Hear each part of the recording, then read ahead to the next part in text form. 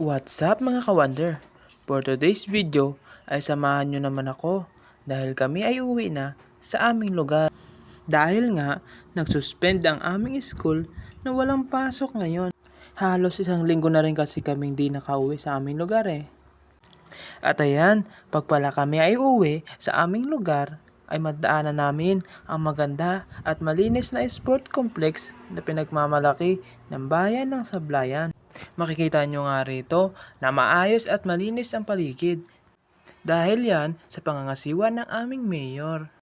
Ayan o, kitang-kita nyo naman, napakaganda at malinis. At dito nga, nung napadaan kami sa Barangay Tulaong, ay nadaanan namin ang isang parte ng kalsada na baha dahil ito sa walang tigil na rin na pag-ulan.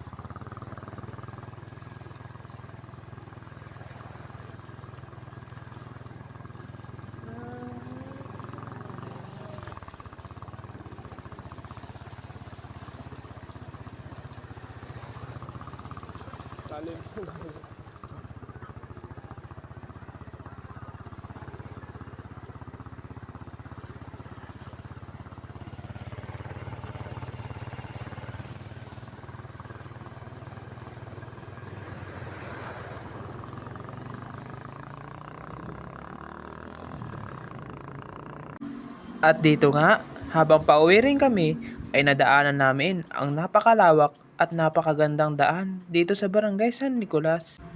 Ayan, makikita nyo ang gaganda ng mga solar. Madami na, dire-diretso pa.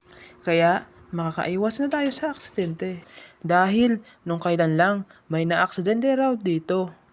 At ayan, andito na nga kami sa daan ng Patrick. Ayan, makikita nyo ang ganda ng tanawin at ang ganda pa ng daan.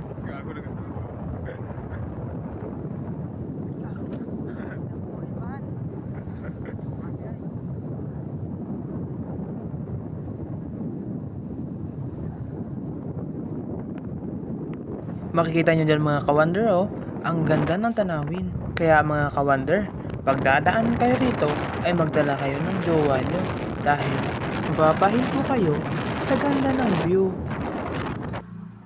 At ayan, napakatarik niya at napakataas.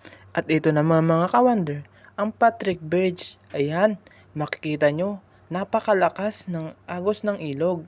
Dahil na rin yan sa walang tigil na ulan. Kulay tsokolate na nga oh.